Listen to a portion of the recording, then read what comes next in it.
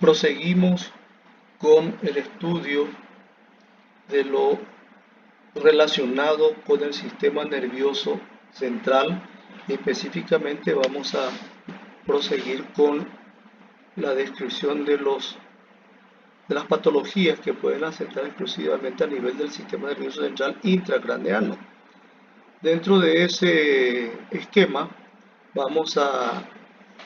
comentar lo relacionado con los accidentes cerebrovasculares y vamos a definir a este proceso como la interrupción o pérdida brusca de las funciones cerebrales causada por una alteración de la circulación intracraneana. Esta alteración de la circulación sanguínea intracraneana puede estar dado por interrupción del flujo sanguíneo o por extravasación sanguínea por efracción de la pared vascular. Y vamos entonces a tener las dos variantes clásicas, la que es por defecto de riego sanguíneo en ambos casos, pero una con continuidad y estando indemnes las paredes de los vasos sanguíneos, y otra por efracción, por solución de continuidad de la pared vascular del territorio circulatorio intracraneano. Lo que podemos seguir comentando acerca de esto es que se da en muchos países como la tercera causa de muerte por estos accidentes cerebrovasculares.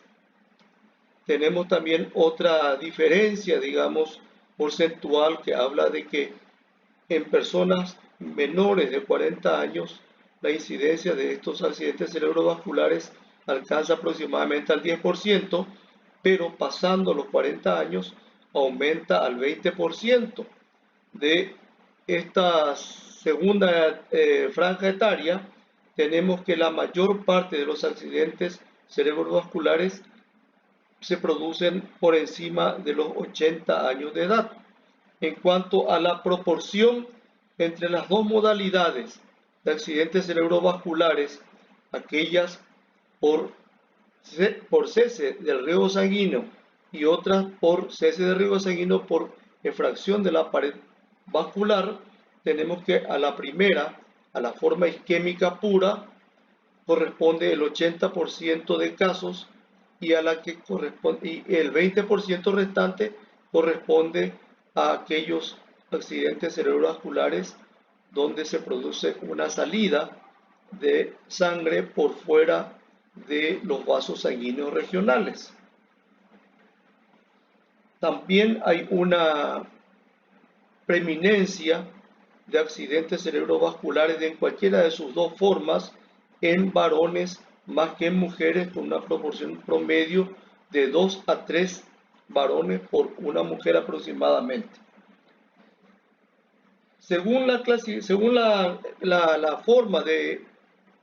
presentación de estos accidentes cerebrovasculares, podemos clasificarlos en dos grupos grandes: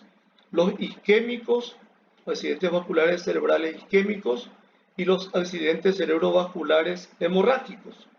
Vamos a hablar comentando ligeramente cada una de estas variedades, empezando por la variedad isquémica. Un accidente cerebrovascular isquémico, también llamado infarto cerebral, se presenta cuando la estructura encefálica pierde la irrigación sanguínea debido a la interrupción súbita del flujo sanguíneo regional, lo que genera la aparición de una zona infartada, y es en ese momento en el cual ocurre el verdadero infarto cerebral, que es la muerte de las estructuras celulares que son afectadas por el cierre vascular territorial, y se debe solo a la oclusión de alguna de las arterias que irrigan específicamente a esa región de la masa encefálica, y las causas de la obstrucción de la luz vascular pueden ser muy variadas, desde patologías relacionadas con el proceso de coagulación, el aumento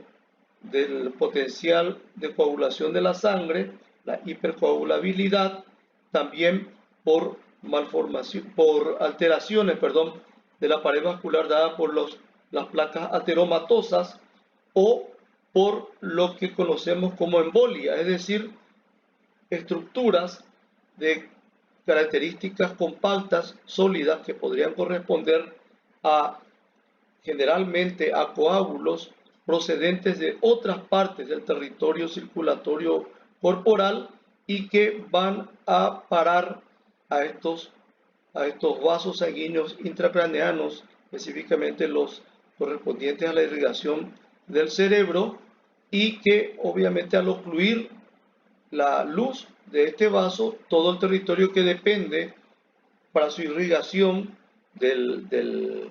la arteria obstruida va a quedar desprovista de riego sanguíneo. Esa sería entonces la metodología o la fisiopatología, de producción más frecuente de los accidentes cerebrovasculares de tipo isquémico. Así que podemos pensar de que podría tener un origen vascular la motivación del cierre del vaso sanguíneo, una estenosis por un vasoespasmo, suponiendo que el vaso sanguíneo tenga todavía la elasticidad parietal que le corresponde, y otras veces directamente a una causa extracirculatoria cerebral, como sería un cuadro de hipotensión vascular muy acentuada o una falla de bomba cardíaca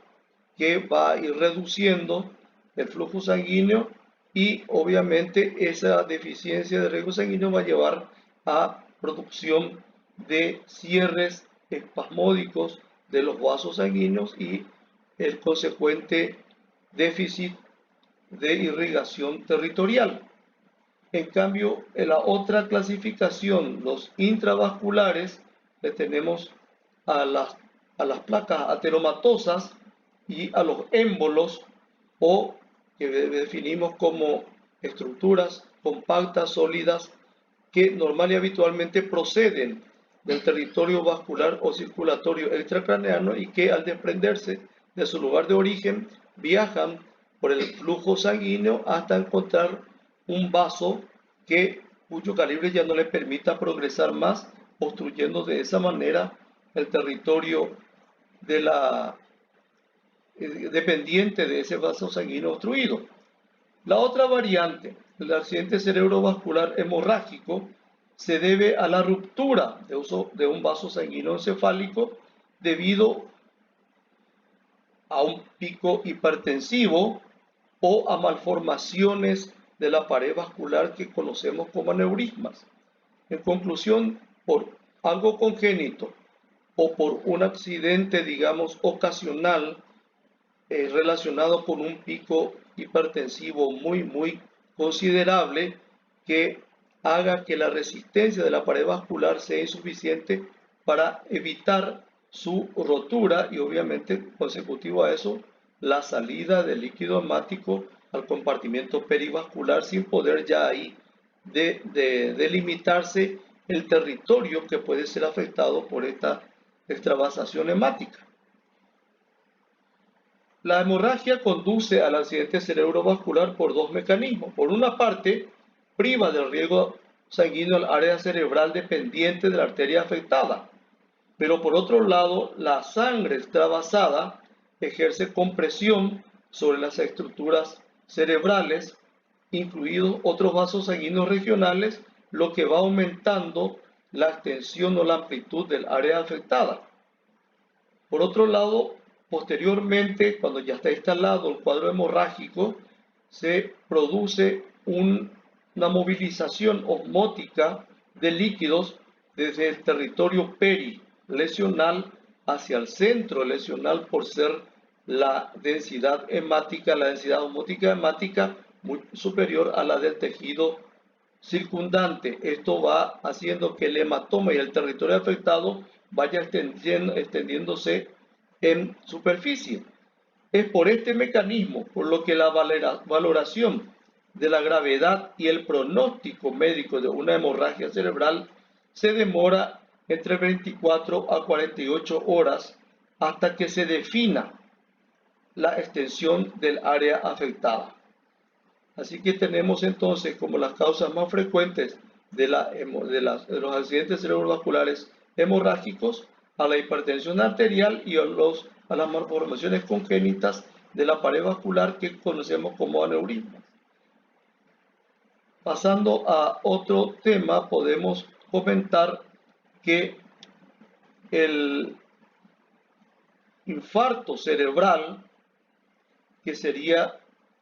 el accidente cerebrovascular causado por un proceso isquémico, durante el cual muere parte de la masa encefálica debido al fallo de la irrigación sanguínea. La causa de la isquemia es la oclusión del sistema arterial cerebral debido a causas, habíamos ya conversado, vasculares o extravasculares territoriales o extravasculares, que mencionamos entre ellos a la hipertensión, a la hipotensión o a la falla de bomba de corazón. Suele aparecer este cuadro en personas de edad avanzada y que van asociados a factores de riesgo preexistentes que a veces ya son manifestaciones mínimas del mismo proceso que conocemos como las isquemias transitorias. Los accidentes cerebrovasculares isquémicos transitorios, es decir, una disminución, pero no el cese total de riesgo sanguíneo a determinadas áreas encefálicas que obviamente al verse privados de la necesidad básica que requieren para su función y subsistencia, digamos, ya muestran afectaciones específicamente con las funciones que dependen del territorio encefálico afectado. El infarto cerebral se caracteriza por déficit neurológico de instalación progresiva, generalmente intermitente,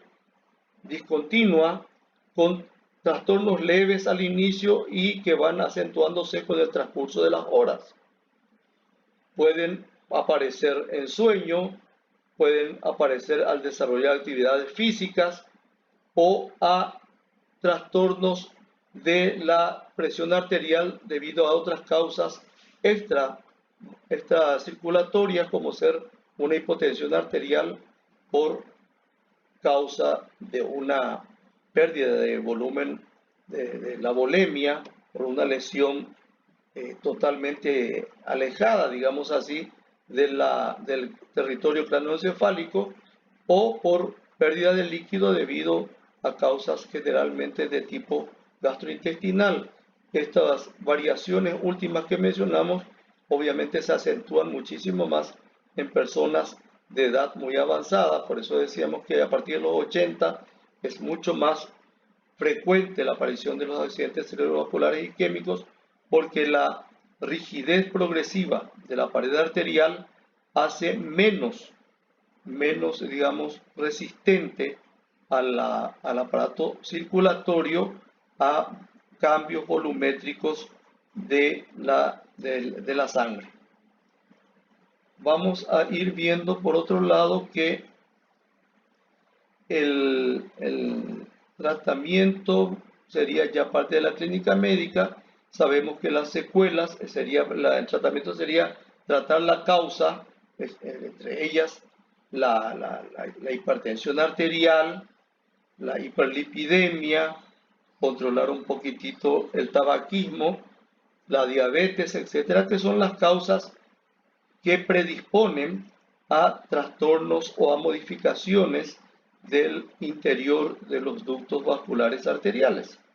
Y como secuela sabemos que puede dejar la invalidez, la debilidad de miembros, la total parálisis de miembros como, digamos, hemiplejías o cuadriplejías según el territorio encefálico afectado, problemas de la memoria, problemas en el razonamiento, a veces hasta trastornos para la continencia urinaria o altibajos emocionales que pueden llevar a la depresión. En cuanto a lo que corresponde Entonces, como comentario general de esto que conocemos como accidentes cerebrovasculares, vamos a pasar a un segundo video en el cual vamos a hacer comentarios sobre imágenes que correspondan a cualquiera de estas dos modalidades que acabamos de describir.